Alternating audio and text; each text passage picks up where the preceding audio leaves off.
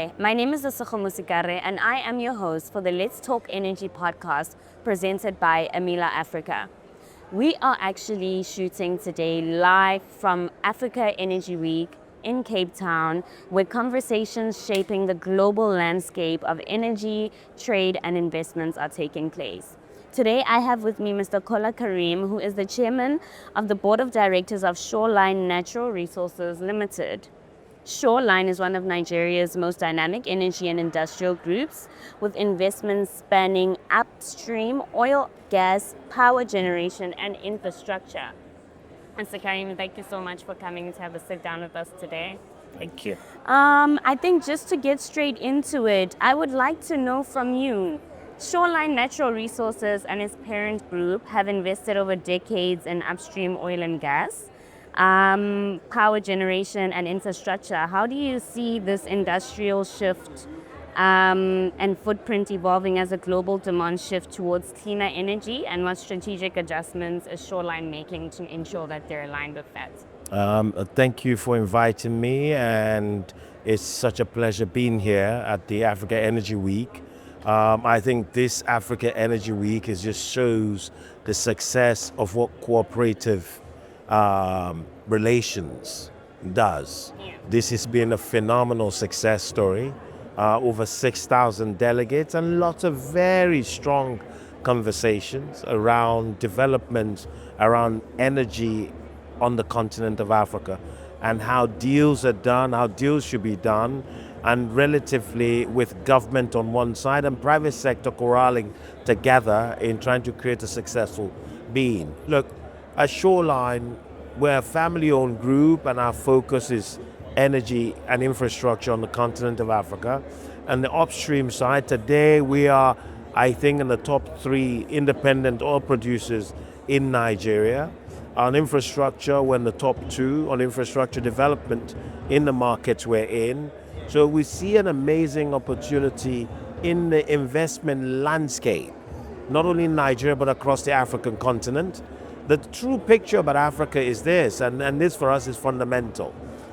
Africa is just about to embark on its first industrial revolution, and whilst the Western world is now looking at its 4th industrial revolution. The true fact of the matter is, with 1.3 to 1.4 billion people on the continent, with 53 to 54 countries on the continent, it is fundamental that we grow and we develop our energy sufficiency based on the natural resources that we're endowed with. So be it coal, which Africa is endowed with, be it natural gas with countries like Nigeria, with 210 TCF of natural gas. We have no business being energy poor. So these are all the types of harnessing energy that is natural resources on the continent, in trying to make sure we process on the continent, create jobs on the continent, in energizing the different economies of the different states on the continent, in making sure our people prosper and flourish. One of the key things that you've just addressed in your answer was the issue of capacitation and being able to have resources that are fully accessible. What are some of the limitations at the moment that you think are causing the issue of social development and the social societies in being able to be key stakeholders, and how it is that offshore is able to streamline some of the programs or research that's being done internally? I think one of the biggest inhibitions over the last couple of years is the overhang on the renewables, where global financial institutions were restricting financing anything that's non-renewable, and also understanding the ability of technology and innovation on the continent and how to mitigate that growth plan. So what we see differently is the US government is pushing a different ideology, which is drill, drill, drill, baby, drill. Yeah. And that is putting a lot more pressure on global financial institutions being able to provide capital to funding fossil fuels again. And that's good news for Africa. It's very unfair and unjust. If you look at global emissions, Africa actually emits under 3% of global standards. And yet we're being penalized by being brought to book, saying we must adhere to the same levels now. It is unfair because then what happens to our natural resources that's under the soils of Africa? So I think both, I believe in having a clean environment, but what is important is got to work side by side. We have a very youthful population on the continent of Africa, over 65%, and that 65% very, very energetic crew that wants a better life. There's got to be prosperity, but there cannot be prosperity without energy efficiency. And the way to make that happen is our ability to utilizing our God's gifts natural resources, be it oil and gas, be it coal, in trying to build up success, prosperity, and at the same time taking into consideration all international environmental norms and standards. 100%. And I want to speak to the topic of looking at monetizing on domestic levels, but I'll make an example particularly with Nigeria. And Nigeria has significant gas reserves, yet there are challenges when it comes to monetizing them domestically for power, industry, and clean fuel. What role do you believe Shoreline can play, or what role is Shoreline currently playing in developing gas infrastructure, whether midstream, distribution, or utilization, to support both industrial growth and emission reduction? This is a very fundamental DNA and core of Shoreline. The President Bola Ahmed Tinubu's agenda is the decade of gas, the focus on gas monetization, focus on gas being accessible to industrial growth, because that helps to foster industrial output.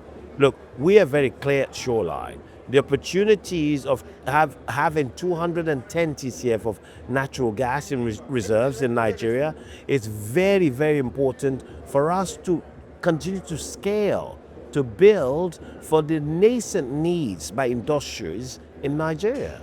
So at Shoreline, we created a company called Shore Gas, and Shore Gas is going to be processing and distributing gas into the pipeline that already exists, and in places where it does not exist, expansion into those markets in distributing gas to those. The other area is the power sector. Look, Nigeria is a very unique country, a very large economy, the largest on the continent, very large population. What tells you is there's opportunity to grow and build a very strong base, middle class base. But how do you achieve that? You must have very strong power sector, and to achieve a very strong power sector, you need a very, very structured gas and gas distribution to support fossil fuels in firing the gas power plants. So we are very focused, we're very dedicated in making sure those plans are actualized, because we see the size in the market. Nigeria has a big market. We have, as a country, we're generating over 5,500 megawatts today in an economy that should be doing 12, 13, 14,000. There lies the opportunity. So the power sector in Nigeria is yet to unravel, and the reason is the three connectors got to work together. The generation, the transmission, and the distribution sector. Government has privatized some of the generation. Government has privatized some of the distribution. The transmission still sits with government, but all three still needs to work together with the right capacity building, with the right technology and innovation, more importantly, with the right capital investment to go into them to make it work seamlessly. And how do you think, and how would you say that privatizing has aided in achieving some of the goals that are in the sector? Look, in every society, government cannot be the only one to fund critical infrastructure. Power is a critical infrastructure, and private sector, since privatization, some of it is worked out right, some yet to get there, but the opportunity by having, the most importantly, having the right rules and regulation to the game is key and important, and government is really focused on that and creating an enabling environment in making sure investors in these critical sectors feel secure, feel safe, that they will make returns on their money. Absolutely, absolutely. And I think in regards to that, I want to know, in regards to the just energy transition, it requires that communities, workers, and ecosystems are protected and benefit, which speaks to what it is that you're saying, for instance, about having privatization in order to create better impact. When developing large energy or industrial project, how does Shoreline integrate environmental stewardship, social inclusion, especially in the Niger Delta and other sensitive regions? This is in the core DNA of Shoreline. We work well with communities, we engage well with communities, and we have a very strong core in community development and community relationships. You cannot create value within and from a community without involving the community. We've been very critical to that. But look, the PIA, the Petroleum Industry Act, is very clear around the core of community and community relationships. We adhere to that, and that is one of the most important and effective position in why we are successful, in why our communities are happy, and more importantly, the government interface in creating this enabling environment, utilizing the Petroleum Industry Act is being a one in class, but yes, there is movement in it, there's progress being made, but the opportunity is unraveling as we all develop together with the communities we're working. Absolutely. And speaking to the conversation on development, or rather the theme of development, I want us to get into financing. Financing is often seen as a hurdle to energy projects, particularly those that combine fossil energy with renewable or clean technology. What innovations in financing, partnerships, and policy advocacy is Shoreline pursuing to de-risk investments and attract capital for sustainable energy and industrial projects? You see, we're very clear at Shoreline. Our focus is utilizing what we have, which is a lot of oil and a lot of natural gas, and coupling that with our own cash reserves and balance sheet, with our global relationships and technology, in trying to make sure we deliver value to ourselves, to our shareholders, and more important, to the communities where we work. So if you look at our gas distribution processing business, the gas processing technology today is a transition fuel. Yeah. That in itself is a given in trying to make sure we corral the best in class in technology, the best in class in people and innovation, in trying to deliver effective transactions, effective productions, and utilizing the natural resources for the benefits of all involved. Absolutely. And I want to just tap into the investment that you have in community as a stakeholder. What positioning, because the future of the continent, like you were saying, is the youth. And I'm very, very curious how it is that Shoreline has centered the youth in the way that they are going to be integrating strategies, creating programs, but also more than anything, I think, looking at the gaze of the future of the company. I'm very curious because you guys seem very agile, very innovative, and seem to have a zest to truly, truly tap into all of the different segments of community. I'm curious where it is that you as an organization see the positioning of youth, particularly on a civil society basis? That's a fantastic question. I think training and education is the biggest core of the DNA of our business. Because when you have a community with a lot of young people, they either lack training or education or both. And what we've decided is to focus on both training and education in making sure we can bring more of these people onto the workforce, onto the job market, so they're ready to start building a future and ready for a career in the energy space. And that for us, if you ask me, what is it that you do at Shoreline that is prime happiness for you? It's the education that we focus on as a core of our DNA and training, and that's one of the watchword for the success of this continent, not only Nigeria, Africa as a whole. I understand, and I think that is such an interesting outlook of it, because the importance of training and education, and just generally the importance of upskilling, it feeds directly into the industrial development pipeline. And industrial development is at the center of ensuring that the environment for your business to thrive, but more than anything also bridge a gap of employment, which is such a huge societal limitation that's currently taking place. So it's actually very interesting to see that there is that investment on all levels of society, whether it's on an advocacy point of view, ministry, or youth. And I think what I'm curious about, just wrapping up the conversation, is looking forward. What is your vision for Nigeria's energy sector over the next 5 to 10 years? And in terms of industrialization, energy access, emissions, and economic transformation, what is what is the future looking like? Look, I think global standards would always be global standards. Global capital is clear. Global capital is looking for returns, and Africa is not going to be left out. Absolutely. Right? And because that is the situation, the opportunities of scaling businesses in the energy space and infrastructure space would always be critical, as it is going to be part of the development goals of this continent.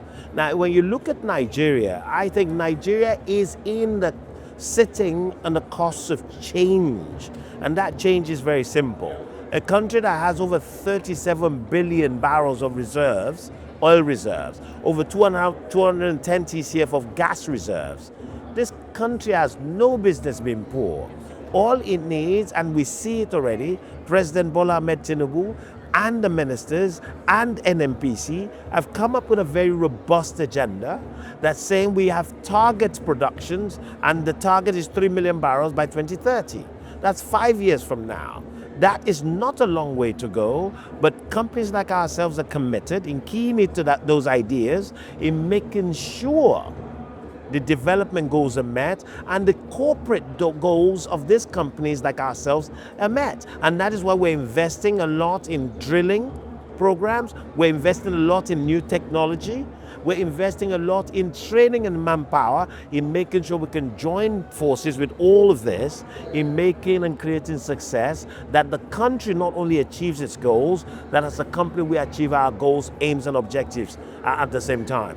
So the focus is, the next 5 years, Nigeria should be producing 5 million barrels. That's what my target should be, not 3 million, but with the 3 million, we will achieve that in the next 2 to 3 years. Absolutely. I think just based on everything that you've told me, it seems that everything is in place, and now it's just a matter of really getting into the processes of seeing through a lot of the plans that have been made, and stakeholders really coming together, just I think on an industry level, to ensure that the goal that you said, which you believe that 3 can be made 5. And obviously that comes from a position of having insights. I want to ask you a question that I'm very curious about, because you seem very well versed. What are some of the trends that you think that we need to start looking out for in the next 2 to 3 years when it comes to growth in the energy space?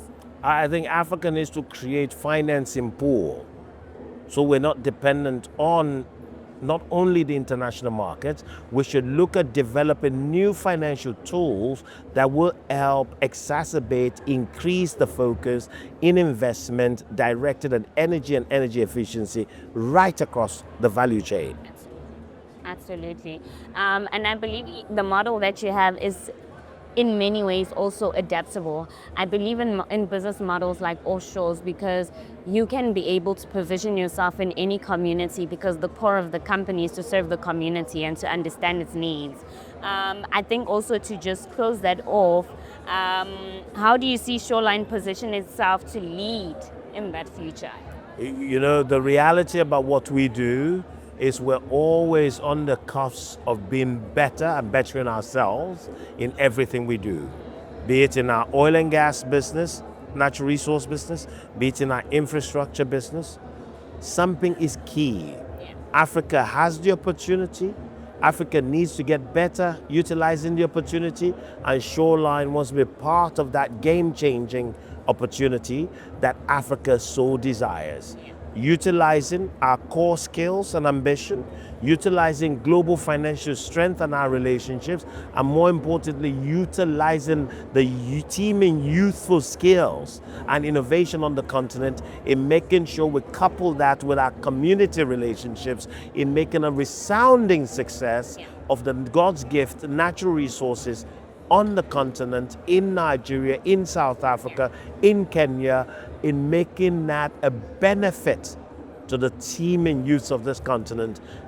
That is a success, and that's what we hope, we wish, and we want to stand for. But again, I think the Africa Energy Week has been fantastic in putting in the fore Africa's energy requirements, putting in the fore Africa's energy needs, putting in the fore African energy players, putting in the fore interested parties in the energy space for and within Africa, for us to have a platform to discuss, to consummate, and create an enabling atmosphere for business and how business will be done on the continent of Africa.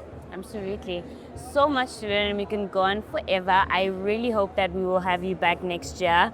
There's so much more that I think we'll unpack also, because there'll be so much advancement that has taken place. So definitely, it is such an honor to have you, and it was such an honor to engage. Well, will you be back next year, and can some of our guests expect to engage with the company and the organization's exhibitions? Be rest assured, God willing. I think we've all keyed into the mantra of Africa Energy Week. We've all keyed in to what it stands for, and we all own it. And if as African we tell our own story, nobody could control our narrative. And this is what Africa Energy Week has done, controlling the African energy narrative, controlling the Africa energy story. So that way, as African performers, as African businesses, as African producers, we own our story. It's our continent to develop. We own it to stand to develop it. And a big thank you again to the team at Africa Energy Week, to all of you for all the hard work in trying to stage this mega event. And I'm sure next year will be much bigger. Absolutely. And we all look forward to participating. Absolutely. Thank you so much. It was such an honor to have you. We know that you're so busy, but we appreciate the time, the knowledge that you've shared, and the amazing insights that we would not have been able to tap into had we not had you sitting here.